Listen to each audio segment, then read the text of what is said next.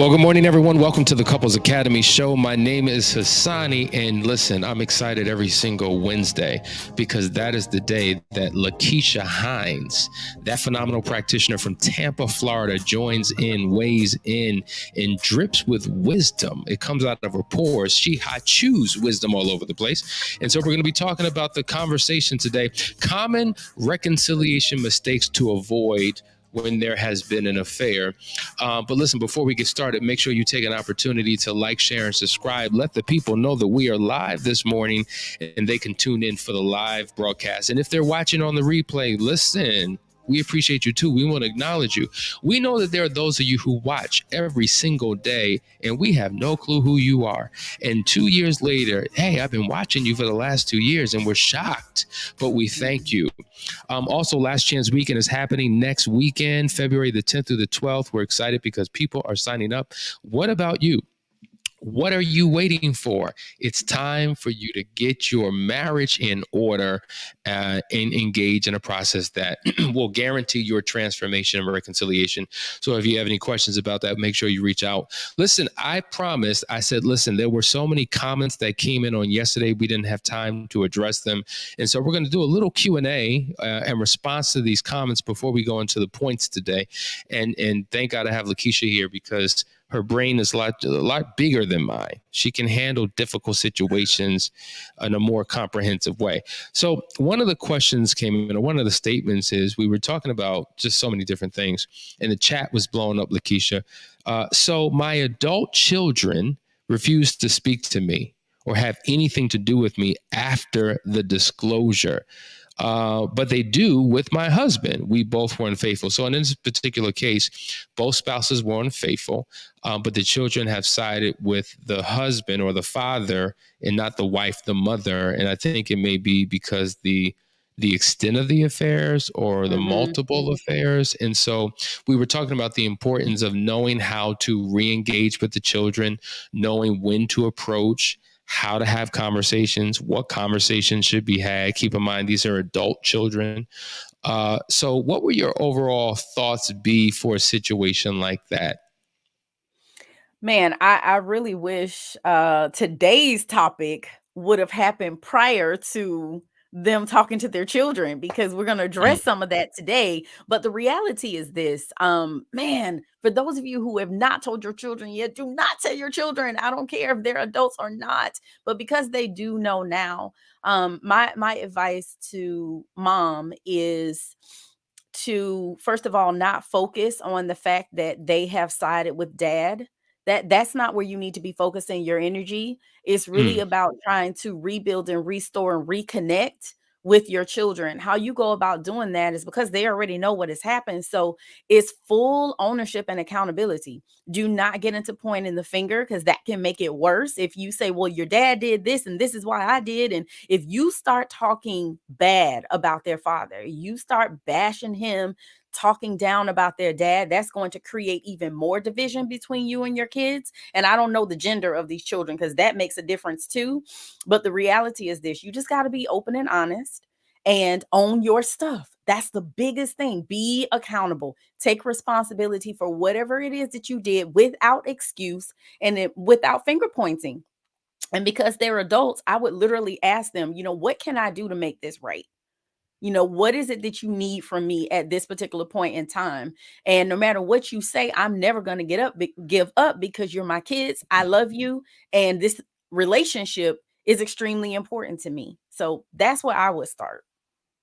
Excellent point. Listen, I want to speak to High Shadow. I see your comment. You said you left a long chat yesterday that may not have made the show. If you could repost that question in a short, succinct way, I want to take the time to address it because I don't necessarily see that. But I want to get to another point, another statement that was made. I'm kind of confused by it, so I'm going to reshape in a way that I am understanding it and we can address it. But in essence, I think she's saying, if you are not healed yet, would it be okay to move on to someone else? No. Okay. No. Elaborate, Lakeisha, and then I'll weigh in. Absolutely not, because all you're doing is taking that baggage and damage into another relationship, and it's just going to ruin that relationship too. The problem is not all the relationship. The problem is you were in that relationship, Mm. which made it mess up or whatever. So now you're going to take that same issue, those same problems, that same bitterness, resentment, anger, whatever it is that you're experiencing into a new relationship. It won't change the outcome of that relationship. If anything, it's going to be worse because you're starting it off with the wrong foundation. So, no, it's so important that you take the time to heal before you enter into another relationship. Otherwise, you're going to just get more of the same. Yes, yes. That whole difference between being single and separate, man, you can be physically separate from your past partner, but not be Mhm, single yet because you're still holding on to all of the issues, the drama, the stuff from the mhm, past. You haven't gone through a detox yet. And so sometimes we race out of one relationship into another and we're broken and fragmented and we project a lot of our past hurt and pain onto our new partner and hold them hostage right, to past situations we haven't healed from yet. And it just mhm, becomes a cabal of madness. So being alone and by yourself and spending time with God and allowing him to heal you emotionally, going through a spiritual transformation, a relational reset, like these are the things mhm, that are necessary. So I definitely co-sign. But let's get into today's conversation, and as more comments come in, we'll address it. We're talking about the common reconciliation mistakes to avoid when there mhm, has been an affair. This is not on the list, but I definitely want to say this. I think many people operate in haste. We have this knee-jerk reaction to leave. Like, I can't believe you did it. I'm out. And so we make decisions, rash decisions, without thinking them through. And there are often a lot of consequences that happen as a result of that. So, what we would encourage you to do is to pause. Sometimes the best decision that you can make is no decision at all in that season at that time. So, you have wise people speaking into your life, a process you go through, something so that whatever decision you make, it's a balance between heart and mind. Like, it just makes sense. But let's get into some of these points that I think are good. Number one, and we talk about full disclosure and the importance mhm. of the full disclosure, but sometimes there are certain types of questions that may not serve you. So don't ask too many questions that may cause you to remain trapped in a trigger. Some questions are very traumatizing when you find out certain answers because you can't unlearn what you've learned. You can't unsee what you saw or have seen. And so, certain questions need to be asked to get clarity and closure, but certain questions are for curiosity. And as they say, curiosity killed the cat. So whenever we're going through full disclosure, we review the questions that a spouse may ask because we may say, well, why? First of all, I get why you want to ask a lot of questions, but tell me more about that question. Like, what's the true motive and the intent behind that? And is that a path that you want to go down? Is that a rabbit hole that you want to go into? Because if we do, I want to prepare you for what you may have to deal with if you truly want to know that. I mean, in your experience, Lakeisha, because you're a veteran, you've done this with so many couples, have you seen where certain types of questions really cause a huge setback and it's hard to recover from, or, Absolutely. it's just fair game? Absolutely, absolutely. And I think, to thine own self be true, right? You know yourself, you know what you can handle, and you know what you can't. So for me, I'm a very visual person. So when people tell me things, like, I automatically create these images in my mind. So I know I have to guard my mind against certain things. So if you know that you're that type of person, you do need to be very careful with the questions that you're asking, because depending on the answers that you receive, it may be an image that is permanently imprinted in your mind that you will not Mm, be able to get rid of. And that image will pop into your mind at times that you are unable to control. And it's always the most inopportune times, right, Hassani? Like those times when you're supposed to be yes. connecting and bonding. Maybe you're connecting in another way and it pops into your mind like that. That's not what you want to be happening. So yes, the right questions at the wrong time, the wrong questions at the right time can really create more of a disconnect between you and your spouse. And so yes, you have to be so mindful with the questions that you ask. Great question. So yeah, asking too many or asking the wrong ones doesn't serve you. But then Lakeisha, go to the next one. So don't ask too few questions. So now you're saying, okay, wait a minute. You just told us not to ask too many, but now you're saying don't ask too few. So it's a balance, right? It's a delicate balance. And again, that's why I'm saying you have to know yourself and be true to yourself. Because also, if you're the type of person that needs the details, you can't rest until you get the details, and you know that you can handle that information, then you do need to get your questions out. You know, when we go through full disclosure with clients, we tell them to be empty. Be empty. Do not walk away from this full disclosure process and you still have something burning in your heart that you need to ask. And a lot of times clients don't ask because of fear. You know, they're afraid of what the answer may be. But this is also what we find, that when you don't ask, you create these stories in your mind. And a lot of times, what you're creating in your mind is three times worse than what the truth actually Yes. is.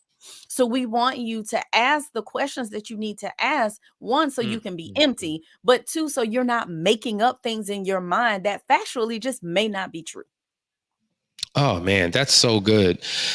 Here's another one though, because we've seen this and we've had conversations offline about this, and that is, listen, refrain from taking revenge. You know, I think it was Confucius who said, before you embark on a journey of revenge, dig two graves. One for the one that you're seeking revenge on, and yourself as well. Because if you Right. think revenge only hurts and harms the other person, you're sadly mistaken. It has a tremendous impact on you as well. We have seen people who have hurt other people because they were hurt. Well, fine, you gonna do it, I'm gonna do it. Now the reality is that's just not who you are, and you don't Hmm. realize the position you're putting yourself in by having so much contempt and vitriol for your spouse, that you will lower yourself, you will lower your standards, you will dig in the dirt, muck in the mire, and do things that you're not ready and prepared for, not Mm. knowing what the potential consequences will be for you. Because what if you mess with the wrong one and wind up with a STD, or now you wind Wow. up pregnant, or now you wind up in some type of public crisis, and the whole thing gets progressively worse. But beyond that, I'm telling you, it's going to just create much more hurt and pain. So now, and what happens is we see the comparisons, right? So you Yes. cheated and you were in a 6-month affair, but it was just a Mhm. one night stand for me. So I'm Mhm. justifying what I did. Like there's a couple right now. They both were unfaithful, and she literally she has no remorse. She justifies it because of what he did. And so don't ask Mhm. me to apologize, because I wouldn't have did what I did if it wasn't for you. And you put, and Mhm. it's just like we got to break this crazy cycle, because Yeah. there's no healing, there's no mutual understanding, and it's difficult to help this couple reconcile because they are both just stuck. And then on top of that, what about when the offender, I cheated on you, babe, so guess what I'm going to do? I'm going to give you a hall pass. Just go ahead, do Right. your Oh, thing, get it out your system, and then we can move forward and make things work. And you don't realize how damaging, like, Lakeisha, please take it over because doesn't I'm losing work. it over here. It doesn't work. I know, like, we get so heated about this because we see it all the time and it doesn't work, because that hall pass situation, literally what it does, it can backfire. And we've seen it backfire. It's like, okay, you were judging me about what I did. I know I gave you a hall pass, but you didn't have to take it. Like, you literally can get trapped in taking that hall pass. But then also, now the original betrayer is looking at you sideways and funny, because it's like now they have that image in their head of you being unfaithful. But I will tell you this: Eleanor Roosevelt said, learn from the mistakes of others. You cannot live long enough to make them Mm, all yourself. yes. So if you don't learn from the mistake of the original betrayer, do not become the secondary betrayer. Like, I promise you, you will make this situation 2 times worse. You can recover from all of this, but why are you adding more on your recovery list? It makes no sense. So Facts. don't That's do it. just facts. Guys, Do I not do hope it. I hope you're learning something. I hope you're getting something. We're just getting started. Man, we're just scratching the surface. There's so much more to get to, but we're going to take a quick break. Watch the video, watch the commercial. It's for you. There's something we want to share with you, and we'll be right back. I see the comments and the chat's blown up. We'll get to your comments and then we'll dive into more points. Stay right there.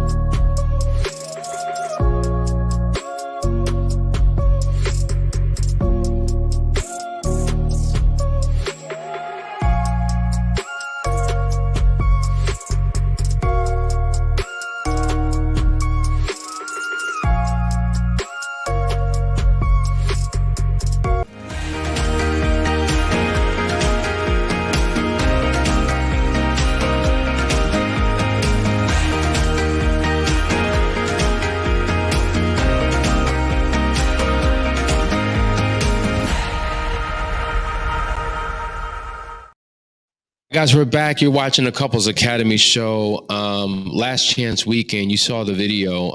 We have people who are actually signing up virtually. Some of you can't make it because you're in another country. Like I see Uganda in the building this morning. We have Canada in the building. We have Australia in the building. And you're like, man, you guys are in the States. I mean, I wish we were local. No, but we are local. We have a local reach because of our virtual connection. So if you're interested in being a part of an experience, you can do it from the comfort of your own home. So just reach out to us so that we can help you. There was also another question that said, is there a phone number that I can call? Like if you look at the lower screen, Bobby put that up, right? There's a number right there. But you can also go to the website. You can go to couplesacademy.org and set up a discovery call. It's a 15-minute free call where we kind of hear about your situation and figure out what your next step should be. There's a few comments that came in here. I definitely want to hit this. So number one from Slim1515, he says, okay, I'm the cheating spouse and my spouse wants me to be open and honest about everything. But what if she also violated the marriage and she doesn't? I'm assuming she's not being open and honest. Any suggestions? How would you handle that, Lakeisha? Yeah, so I mean, one person doesn't get full transparency and the other gets to withhold. No, this is a mutual thing. Like if she was unfaithful, then she needs to be open and honest and come clean as well.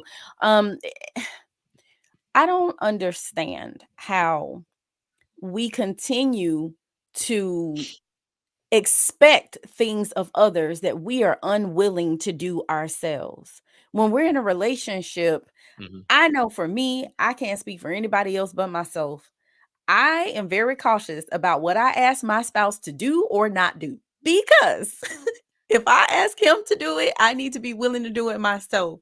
And so I'm very, very careful about what I request and what I deny, because if I deny a request, then I have to be open and willing to receive that same denial. And I'm not talking about tit for tat. That's not what I mean. It's about a willingness to, again, do unto others as you would have them do unto you. And that's the reality of the situation. So no, you totally deserve full disclosure, just like you're willing to give her full disclosure. Absolutely. I have another alley oop question. Well, if you watch basketball, do you know what an alley oop is, Lakeisha? Yes, I'm I going to do. pass the ball. You're going to slam dunk it. So here we go. This is from Sherry. I had seen some messages from my spouse to the ex affair partner. The comments he Mhm. made were cruel. How do I get past this? Now, this is very, very, very common because I discovered the affair through emails, through text Mhm. messages, through videos, whether they were sex videos or just overhearing conversations. And it's traumatizing. How do I get past what I now know? Right. So understand that at the time that your spouse was engaging in an affair, that was not your spouse. That was somebody completely different. So everything that they were doing, everything that they were thinking, everything that they were saying, that was not your spouse. They were not in a healthy place.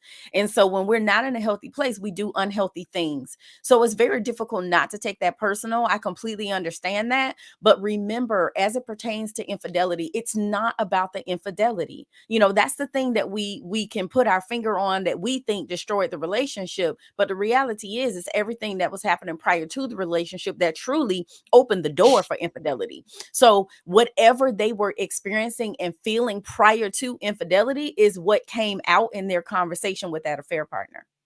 So Yeah. again, it's hard not to take it personally, but really the focus, instead of, you worrying about what they said to the affair partner or to anybody else, the focus really should be on the marital problems that existed prior to the infidelity. And let's go back there and let's work on that.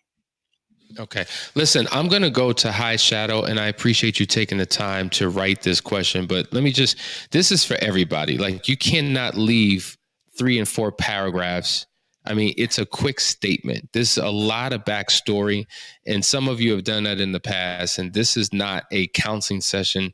This is quick question, quick answer, so we can get to other points. So I'm going to do this because I said rewrite it, but I'm just saying for the future, for all you who are watching, we don't mind answering your questions, but you got to understand, like, it's a podcast. There's only so much we can address.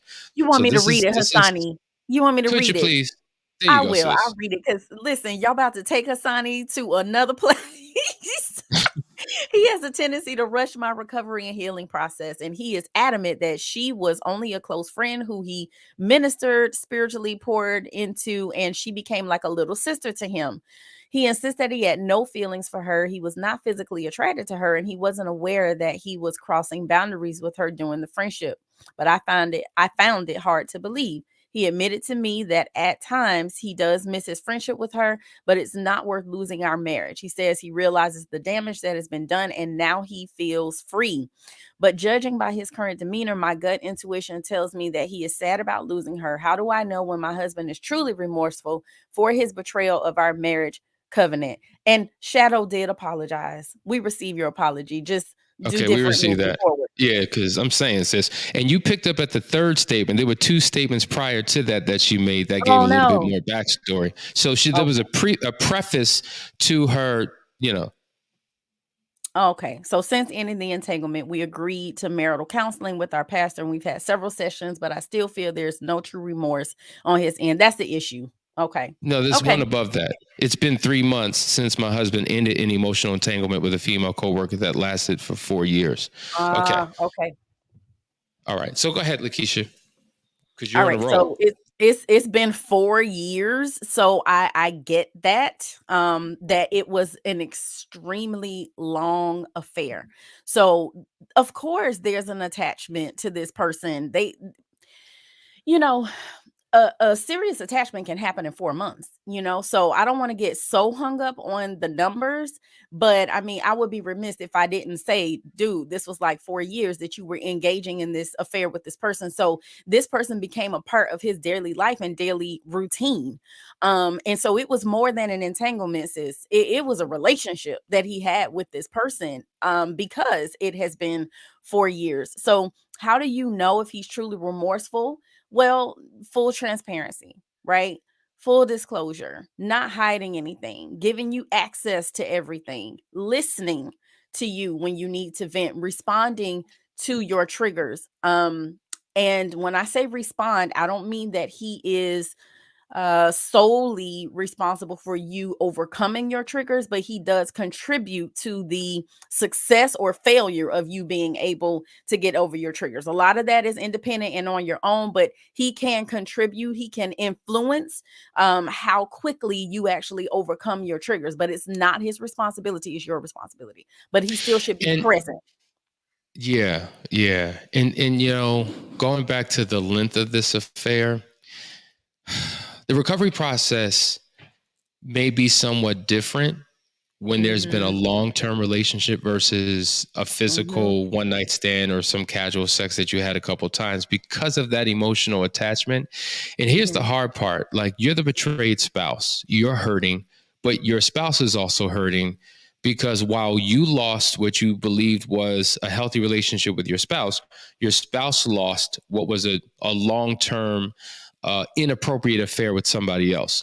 So there's Mhm. the death that you're experience of your relationship, but then there's the death that they're experiencing of this affair relationship. And you're watching, like you're on the sidelines watching their pain because they now miss or they're thinking about, or the passion, the intensity, the focus that they had on that other person, they don't have towards you. Like, there's a lot here. And so I've been in situations where we've done full disclosure and then we had to end the affair all over again. And we have a method and a process to do it. But sometimes the way in which you do it may have to be different when there's a long affair than when it's just a fling, because with a fling, maybe a quick text message or an email or a final letter is enough. But when it's a long-term affair, it may require something uniquely different. And we've walked Yes. couples through those differences because what Mhm. happens is, if it's not done correctly, sometimes we leave a crack in the window, a crack in Mhm. the door, and then at the most inopportune time, there's a reconnection, and then boom! All it took was a phone call. All it took was a ping or a poke on a social media post, and then they're back at it again. So we want to make sure that it's officially done and that there's a, what I would say, a grieving process that you both go through that's different. And then the remorse that needs to follow. Yes, we can tell if it's genuine. You may not know. And this is why sometimes you need somebody to navigate this process with you. So thanks Mhm. for the question. I hope that the answer helps.